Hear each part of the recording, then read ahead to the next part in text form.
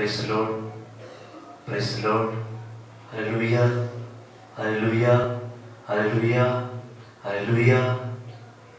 సర్వశక్తి గల సర్వేశ్వర, కృపగల తండ్రి, కరుణగల దేవా, మా మంచి యేసయ్యా, నీ పరిశుద్ధ పాదాలకు కోట్లాది వందనాలు తండ్రి. అయ్యా, నీ ఆత్మతో వినిపిస్తుంది స్తోత్రం. ఇదిగోనైనా క్రీస్తుని స్వరం అను ఈ యొక్క ప్రత్యేకమైన ప్రసంగాన్ని దీవించు తండ్రి. అయ్యా, ఈ ప్రసంగాన్ని వెళ్ళిపోతున్న ప్రతి బిడ్డను నీ ఆదరణ ఉంచుకో. ఎంతో మంది బిడ్డలు కుంగి కుసించిపోయి నశించిపోతూ నా ప్రభు ఎక్కడా అని వెతుకుతున్న సమయంలో ఈ ప్రసంగం వాడికి ఎంతోగానో త్రోతపడుతుందని నీ పిలుపు మేరటను, నీ చిత్తానుసారం ఈ క్రీస్తుని స్వరం అనే ప్రసంగాన్ని వీడియోని ప్రజలకు అందించాలని ఆశపడుతున్నాం. డివైన్ జీసస్ మినిస్ట్రీస్ నుంచి మాట్లాడే ప్రతి మాట, నీ ప్రతి వాక్కు విరిగి ఉన్న హృదయాన్ని అందించాలని మా ఒక డివైన్ జీసస్ మినిస్ట్రీ క్రీస్తుని స్వరం అనే పిలుపు. అవునైనా తండ్రి, ప్రత్యేకంగా ప్రార్థిస్తున్నాను నాయనా. ఎంతమంది బిడ్డలు ఎంతో కష్టాలతో, కన్నీరుతో, దుఃఖ వేద బాధలతో జీవిస్తున్నారు. నిరుద్యోగముతో, సంపాదన లేకుండా, అనారోగ్యంతో, లైఫ్లో సక్సెస్ లేకుండా, భార్యాభర్తలు విడాకులు తీసుకొని కుటుంబం పెరిగిపోయి చెల్లా చెల్లిపోయి సంతానం లేని వారికి ఎన్నో రకమైన అనారోగ్యాలతో బాధపడుతున్న ప్రతి బిడ్డలు తండ్రి, ఈ క్రీస్తు స్వరం పిలుపుని అందించాలని అనుకుంటున్నాను తండ్రి. అయ్యా, సామెతల గ్రంథం 16వ అధ్యాయం 1, 2, 3 వచనాల ప్రకారం ప్రతి ఒక్క బిడ్డని ఆదరణ ఉంచుకో. కీర్తన 16వ అధ్యాయం 7వ వచనం ప్రకారం నీ బిడ్డని హక్కును చేర్చుకో.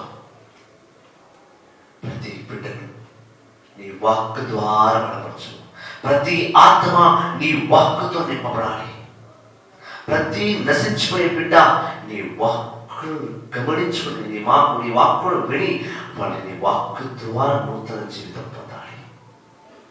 ప్రతి బిడ్డని నిరాళంగా దీవించి ఈ రోజు ప్రసంగంలో జరుగుతున్న ప్రతి వాక్యాన్ని వాళ్ళ బిడ్డలు విని హృదయంలో నాటుకొని ప్రతి వాక్కు వాళ్ళ ముళ్ళ లాంటి దారిలో పూల తోటలా చిగురిస్తూ వాళ్ళని నీ సన్నిధిలోకి, నీ రాజ్యంలోకి, నీ యొక్క ప్రేమ గల మార్గంలోకి నడిపించుకొని సర్వశక్తి గల యేసుక్రీస్తు నామములో ప్రార్థిస్తున్నాం తండ్రి.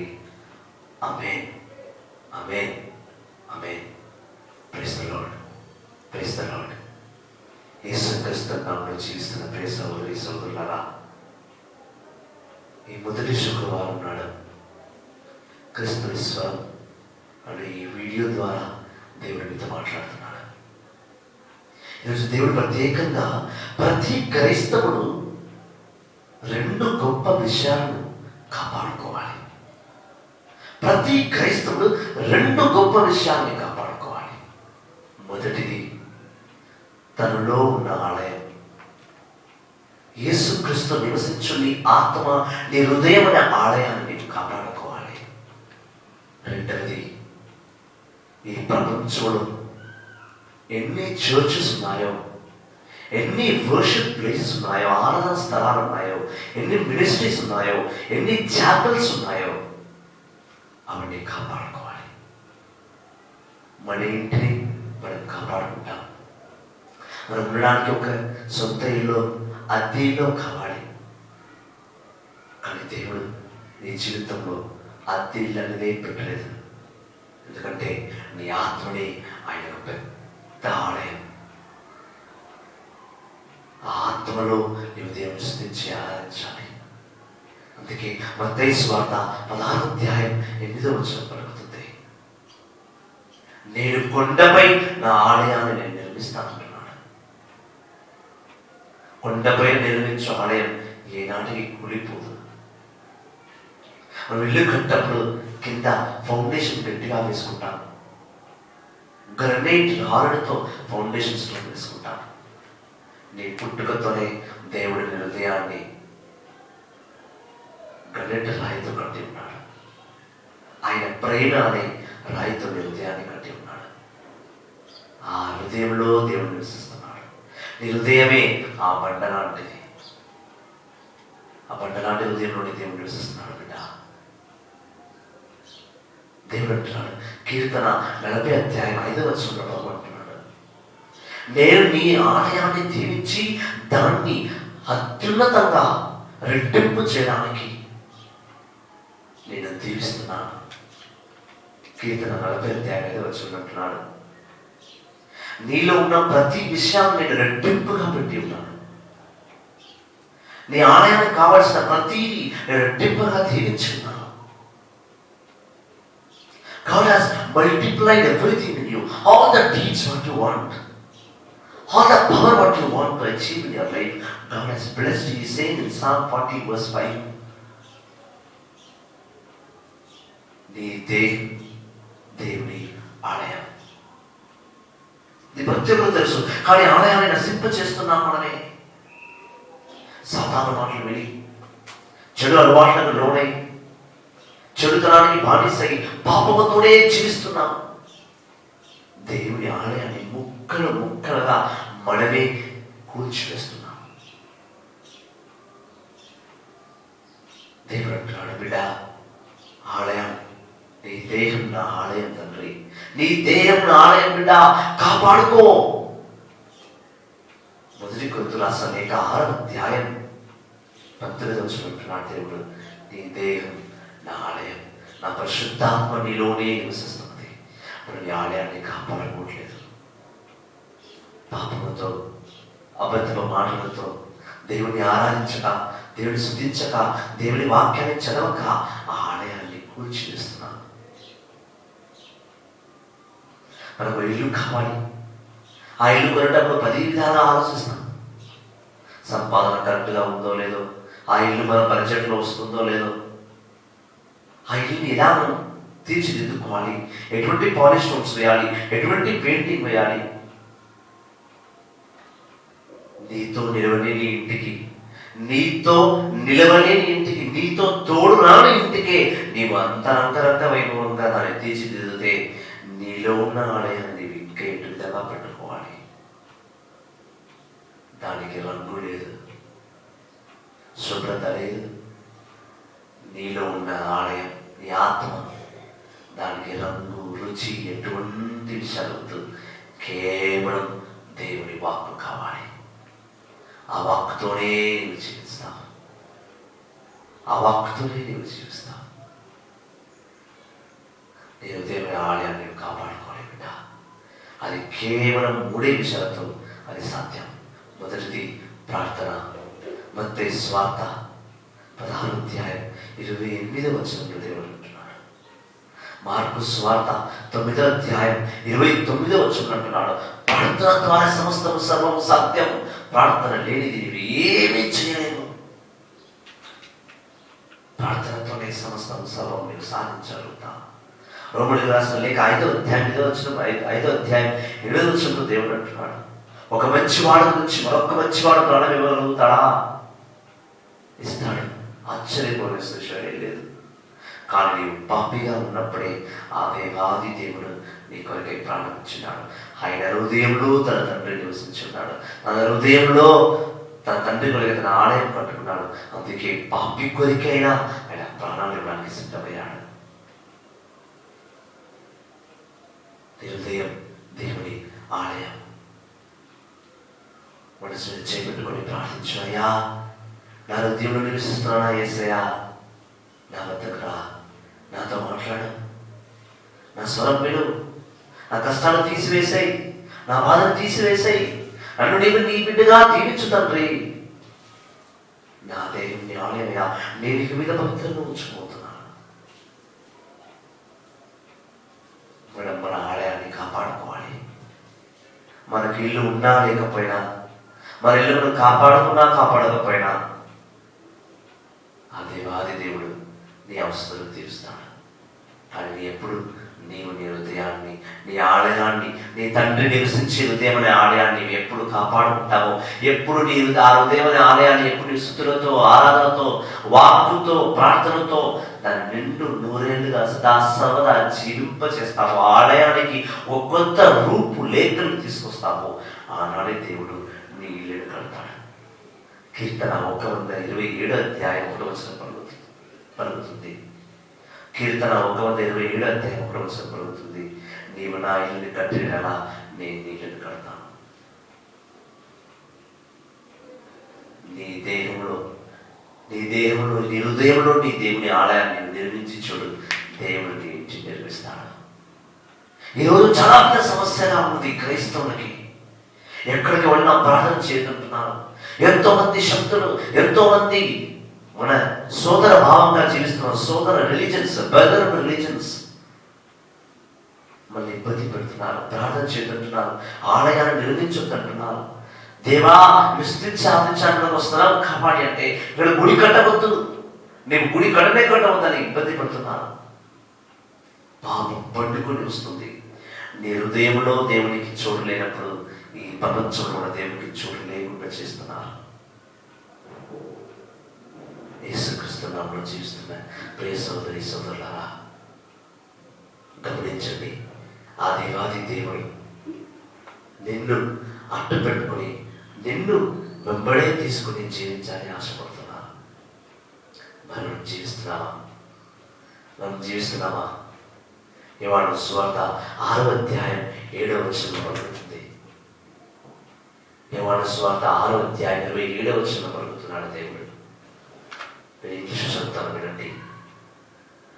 Do not work for the food that perishes, but for the food that endures for eternal life, which the Son of Man will give you, for it is on him that God the Father has set his seal. John's Gospel chapter 6 verse 27.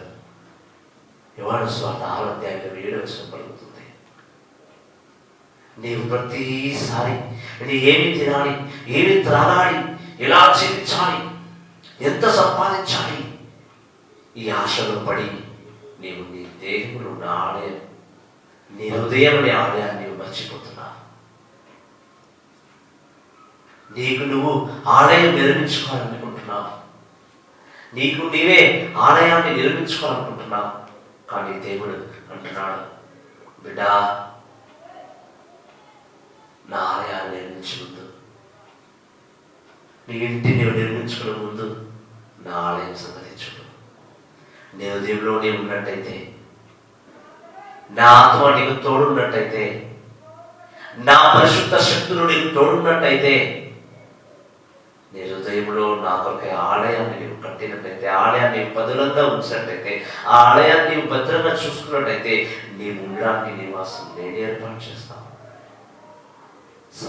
సంపాదించి ఏమి త్రాగాలి, ఏమి తినాలి, ఏమి వేసుకోవాలి, ఎలా ఉండాలని నీవు తలంచుచున్నావు. అందుకే అంటున్నాడు యోహాను సువార్త 6వ అధ్యాయం 7వ వచనంలో, నశించిపోయే తిండి కొరకై నీవు బాధపడకు, నేను నీకు మన్నాను ఇస్తాను, ఎన్నటికీ నశింప చేయని ఆహారాన్ని ఇస్తాను. నీవు జీవించు కాలంలో సుఖ సంతోషాలతో జీవించే జీవితాన్ని నేను ఇస్తాను. అది మర్చిపోయి, మన ఆలయాన్ని మర్చిపోయి మనం ఎక్కడికో పరిగెడుతున్నాం. సంపాదన వైపు బిజీగా జీవితాన్ని గడిపిస్తున్నా. అందుకే ఈరోజు ప్రభు అంటున్నాడు, బిడ్డా, నీలో ఉన్న ఆలయాన్ని నీవు పదిలంగా ఉంచుకో.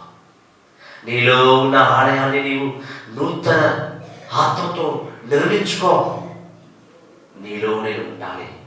నీలోనే ఉన్నట్టయితే నీకు సమస్తము సర్వము సాధ్యమే. లూకా సువార్త 1వ అధ్యాయం 37వ వచనం ఉంటుంది, నా దేవుడితో అసాధ్యం కాదు ఏది లేదు, సమస్తము సర్వము సాధ్యమే. మనం బైబిల్లో చూస్తున్నాం, అపోస్తలుల చర్య 7వ అధ్యాయం 54వ అధ్యాయం నుండి 60వ వచనం వరకు చూస్తున్నాం. స్టీఫెను అనే ఒక ప్రవక్త, దేవుడి కొరకు ఏమైనా చేసే గొప్ప బిడ్డ, తన హృదయంలో దేవుని ఆలయాన్ని నిర్మించుకున్నాడు. అందుకే ఆనాడు సౌలు అనగా ఈ రోజు పౌలు అని పిలువబడుతున్న ఆనాటి సౌలు, పాపిగా ఉన్నప్పుడు సౌలు ఆ స్టీఫెన్ని ఒక పెద్ద రాజకోటలో తీసుకువెళ్ళి రాజును నిలవడించి, ఇతను మతదోగి, ఇతను యేసుక్రీస్తు గురించి బోధిస్తున్నాడు, యేసుక్రీస్తు మరణం గురించి బోధిస్తున్నాడు, యేసుక్రీస్తే దేవుడు అంటున్నాడు, మోషే ధర్మశాస్త్రాన్ని ఇతను కింది వేసేస్తున్నాడు, అవమానపరుస్తున్నాడు అని తన మీద, స్టీఫెన్ మీద అపనింద వేసినప్పుడు ఆ స్టీఫెన్ ఎంతో ధైర్యంగా పరిశుద్ధ ఆత్మతో నింపబడిన బిడ్డగా తను దేవునికి, అక్కడున్న దేవుని శక్తితో, అక్కడున్న కౌన్సిల్ మెంబర్స్కి, అక్కడున్న రాజ్యులందరికీ కూడా దేవుడి గురించి వివరిస్తున్నాడు. ఎంతగా వివరించాడంటే తన దేవుడు తన హృదయం ఆలయంలో దేవుని ఆత్మను నింపుకొని ఆ రాజ్యసభలో యేసుక్రీస్తు గురించి బలముగా గట్టిగా మాట్లాడుతున్నాడు. భయపడలేదు స్టీఫెన్, భయపడలేదు. కొన్ని వేల మధ్యలో, రాజుల మధ్యలో ఒంటరిగా సరసాలను నిలబడించి తనకు సంఖ్యలు వేసి నిలబడించినప్పుడు స్టీఫెన్ ధైర్యంగా దేవుడి గురించి మాట్లాడుతున్నాడు. అదే అపోస్తల చర్య 7వ అధ్యాయంలో 55 నుండి 60 వచనం వరకు చూస్తే, 54 నుండి 60 వచనం, Acts of Apostles chapter 5 verse 54 to 60, if you read, Stephen was so bold to talk. Stephen యేసుని శక్తితో నింపబడి ఉన్నాడు. ఆ సమయంలో తన ప్రార్థన చేసుకున్నాడు, తన హృదయంలో దేవుడు ఉన్నాడు, తను నమ్మాడు.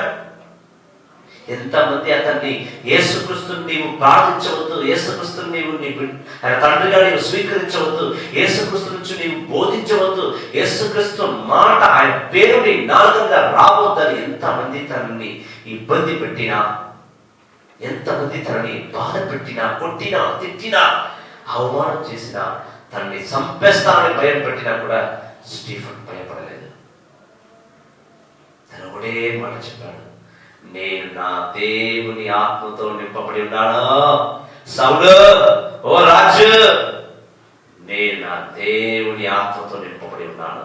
నా దేవుని వాక్యాన్ని ప్రపంచానికి అంతటికి కూడా నేను అరిచి మరి ప్రకటింపచేస్తాను.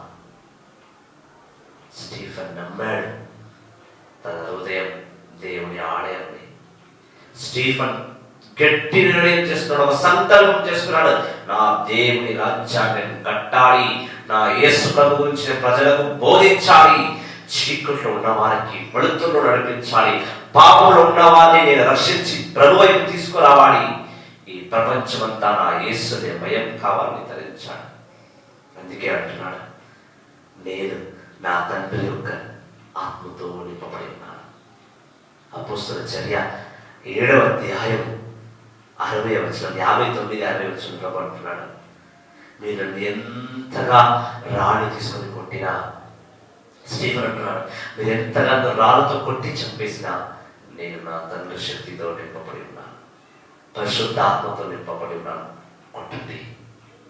నేను చనిపోయి ఆ సెకండ్ వరకు కూడా, నా ప్రాణము పోయి 1 సెకండ్ వరకు కూడా నా తండ్రి కొరకే నేను పని చేస్తాను, నా తండ్రి గురించే నేను మాట్లాడతాను, నా యేసు ప్రభు గురించే నేను పలుకుతాను, ఆయన మాటను తీసుకుని నేను చనిపోతాను. స్టీఫెన్, సౌలు కాకుండా ఇంకెంతో మంది ఆ ప్రసంగాన్ని విని, స్టీఫెన్ ఆశ్చర్య మాటలు విని, స్టీఫెన్ ఇలాగే బ్రతికి ఉంటే ఈ లోకమంతా యేసు రాజ్యం స్థాపించేస్తాడేమో, మనం రాజుగా ఉండలేము, ఇంకా యేసు ప్రభు ఈ లోకానికి రాజు అయిపోతాడని భయపడి చాలా మంది స్టీఫెన్ని రాళ్ళతో కొట్టారు. అక్కడ జనం, యేసుక్రీస్తు మతానికి వ్యతిరేకంగా వెళుతున్న జనం, సైతాను శక్తులతో, సైతాను ఆలోచనతో నింపబడిన ఆ మూర్ఖపు జనం స్టీఫెన్ని రాళ్లతో కట్టారు. ఒక్కొక్క రాయి తిప్పబడుతున్నప్పుడల్లా, ఒక్కొక్క రాయి తన నెత్తికి, తన కళ్ళకు, తన ముక్కుకి, తన నోటికి, తన హృదయానికి తగిలినప్పుడల్లా తనలో ఇంకా ధైర్యం వచ్చింది, ఇంకా బలం వచ్చింది, ఇంకా కంఠంలో ధైర్యం, ఆవేశం వచ్చి యేసుని రాజ్యం రావాలి, యేసే నిజమైన దేవుడిని అరిచి అరిచి తను ఆ రాళ్ళ దగ్గర తిని అక్కడే ప్రాణాలు వదిలాడు. మీరు అనవచ్చు, యేసుక్రీస్తు మాటను తీస్తే ప్రపంచం శిక్షిస్తుంది, యేసుక్రీస్తు మాటను తీస్తే యేసు ప్రభుని దండం పెట్టుకుంటే కష్టాలు వస్తాయి, యేసుక్రీస్తుని ఆరాధిస్తే బాధలు వస్తాయి. ఎలా? ఆ రోజు స్టీఫెను భయపడకుండా ప్రసంగం చేశాడు కాబట్టి ఆనాడు స్టీఫెన్ ఈరోజు దేవుని వాక్కులు బైబిల్లోనే ఒక ప్రత్యేకమైన స్థలాన్ని పొందుపరుచుకున్నాడు. మన పేర్లు బైబిల్లో రావాలని కాదండి, పరలోకంలో మనకు స్థలం ఉన్నది. It is our responsibility to save our own temples which is located in our heart. As Christians, we have a responsibility to save our own church, to save our own ministries, to save our own chapels. Many brethren religions are insulting Christianity. They are breaking, they are coming like a lion on us. They are attacking our churches, our ministries, our prayer places. It is our Christians' responsibility to save our churches, my dear brothers and sisters living in Jesus Christ. మన బాధ్యత మన ఆలయాన్ని మనం కాపాడుకోవాలి. నీవు ఇంటిని నీవు కాపాడుకోవడం పెద్ద ఆశ్చర్యం లేదయ్యా. అది నీ ఇల్లు, నువ్వు కొనుక్కున్నా, ఎంతో ప్రేమతో నిర్మించుకున్నా, అందుకే దాన్ని కాపాడుకుంటున్నావు. కానీ నువ్వు చనిపోతే నేను అక్కడ ఒక 10 నిమిషాల్లో పడుకోబెడతారా? ఒక రాత్రి నీ ఇంట్లో పడుకోబెడతారా? పడుకోబెట్టరు. నీవు కట్టుకున్న ఇంటిలో నీవు చనిపోతే నీ శరీరానికి అక్కడ ఒక రోజు స్థలం లేదయా. తీసుకువెళ్ళి సమాధిలో పడేస్తాను, సమాధిలో పూడ్చిపెడతాను. కొన్ని కోట్లు ఖర్చు పెట్టి కొనుక్కున్న ఇంటిలోనే నీకు ఒక్క రాత్రి ఒక రోజు కూడా పెట్టరయ్యా. కానీ హృదయం దేవుని ఆలయం, ఇందులో ప్రభుని ఉంచుకో. పరలోకంలో కూడా ఆ ఆలయం నిలుస్తుంది. ఎందుకంటే నువ్వు చనిపోయిన తర్వాత నీ ఆత్మ పరలోకానికి వెళుతుంది.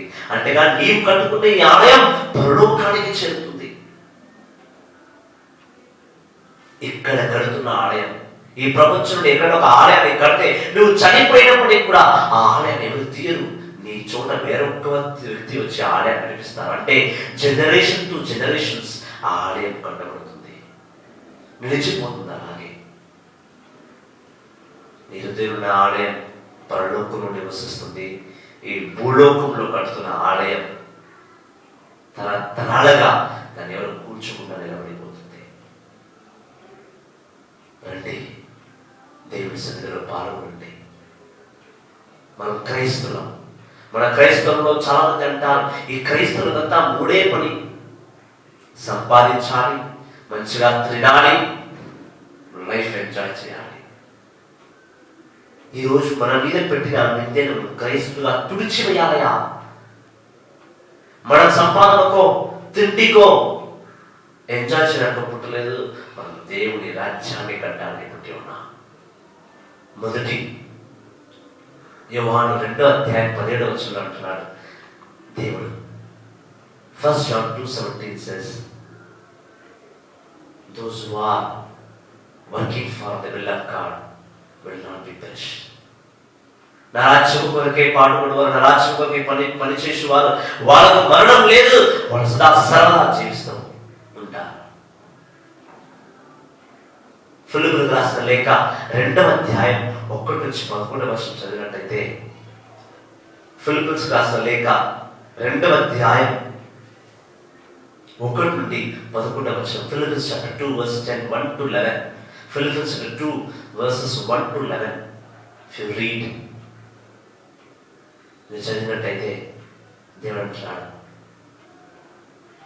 బిడ్డా నీవు నాలా జీవించు.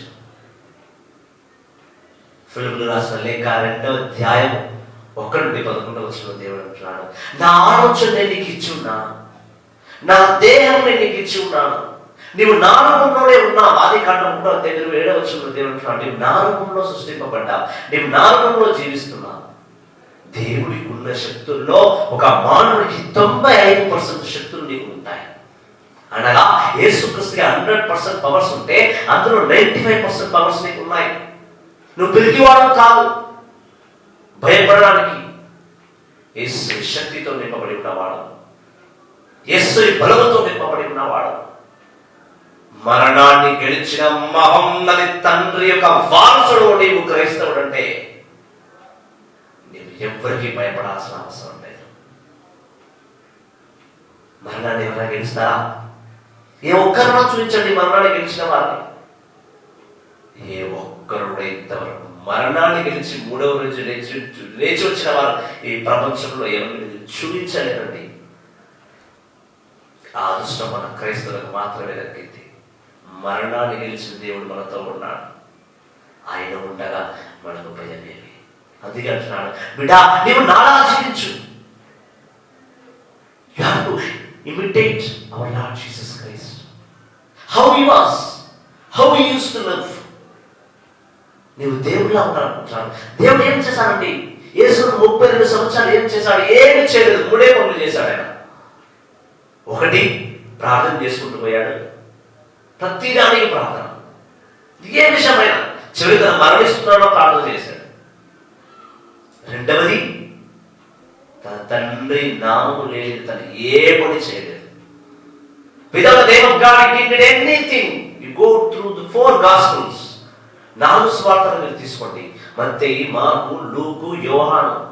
ఏ సువార్త చదివినా ఆయన ఏ పని చేసినా తన తండ్రి నామాన్ని తీసుకోకుండా ఆయన ఏ పని చేయలేదు. చివరికి శిలువ పైన తన ఆత్మను తన అప్పచెప్పాలని అదే అన్నాడు. తండ్రి ఇదిగోనైనా నీ చేతిలో నా ఆత్మను నేను అప్పచెప్తున్నాను.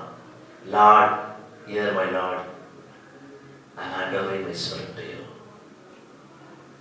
Receive it.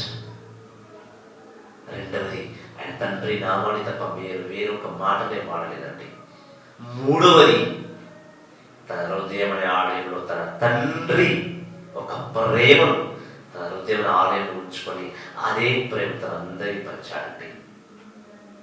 యేసుక్రీస్తులా జీవించాలంటే ఆయన ఒకటే డ్రెస్ వేసుకొని ఇంత గడ్డం పెంచుకొని ఇంత హెయిర్ కట్ వేసుకొని ఆయన వేషం వేసి సరిపోతాయా? ఆయన వేషం ఎవరైనా వేస్తారు. కానీ ఆయనలో ఉండే గొప్ప 3 పనులను మనలో ఉంచుకోవాలి. క్రైస్తవుడుగా మనం 3 పనులు చేయాలి. మొట్టమొదటిది ప్రార్థన చేయాలి. మార్కు 9:29, మార్కు సువార్త 9:29 గుర్తుపెట్టుకోండి బిడ్డలారా. ప్రార్థన ద్వారా సమస్తము సర్వము సాధ్యం.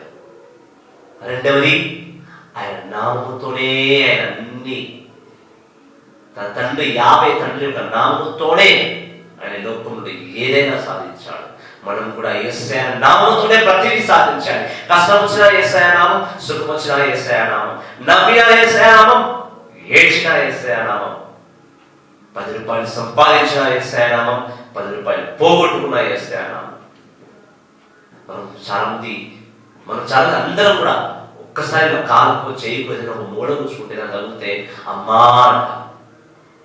కన్న తల్లిని పిలుస్తాం, అమ్మా. ఇప్పుడు నొప్పి వస్తే అమ్మా అంట. కానీ నీకు నొప్పి వస్తుంది ఏమంటావు తెలుసా? యేసయ్యా అనాలి, యేసు అనాలి. నవ్విదే యేసయ్యా అనాలి. అలా ఆయన నామాన్ని తీసుకుని వెళితే సమస్తము సర్వము సాధ్యమే. మూడవది, మన హృదయంలో మన ఆలయంలో ఆయన నివసించుకోవాలి. ఎలా అయితే యేసుక్రీస్తు తన ఆలయంలో 50 తండ్రి నివసించుకున్నాడో అదే విధంగా మన దేహంలో మన ఆలయంలో మనం యేసుక్రీస్తు నివసించుకోవాలి. ఫిలిప్పీయులకు రాసిన లేఖ 2వ అధ్యాయం 1-11 అదే రాసిందండి. యేసుక్రీస్తుని ఎలా వెంబడించాలి, యేసుక్రీస్తుని ఎలా మనం వెంబడిస్తూ మన జీవితాన్ని మనం పూల తోటలో నడిపించుకోవాలి. It is very easy. Life చాలా ఈజీగా ఉందండి, చాలా ఈజీ. లైఫ్ ఒకటే త్రోవగా ఇచ్చాడు దేవుడు. మనమే దాన్ని జిగ్జాగ్ రూపంలో తీసుకువెళ్ళిపోతున్నాం. 3 విషయాలు పాటించి చూడు, దేవుడు నీ జీవితంలో సమస్తం సర్వము సాధ్యం చేస్తాడు. Praise the lord, praise the lord. ఫిలిప్పీయులకు రాసిన లేఖ 2వ అధ్యాయం 1-11 వరకు చదవండి. చూడండి దేవుడు ఎలా వెంబడించాలి. ఈ 3 పనులు చేయండి చాలు. యేసుక్రీస్తులా ఉండాలన్నా, ప్రతి క్రైస్తవుడు యేసుక్రీస్తులా ఉండాలన్నది యేసుక్రీస్తుని ఆశ కూడా. అని అంటున్నాడు, ప్రతి బిడ్డ నాలా ఉండాలి, నాలో ఉండాలి, నాతో ఉండాలి. చూడండి ఎన్నిసార్లు అంటున్నాడు ఆయన. నాలో ఉండాలి అనగా ఆయనలో ఉండాలి, ఆయనలా ఉండాలి అనగా ఈ 3 విషయాలు పాటించాలి.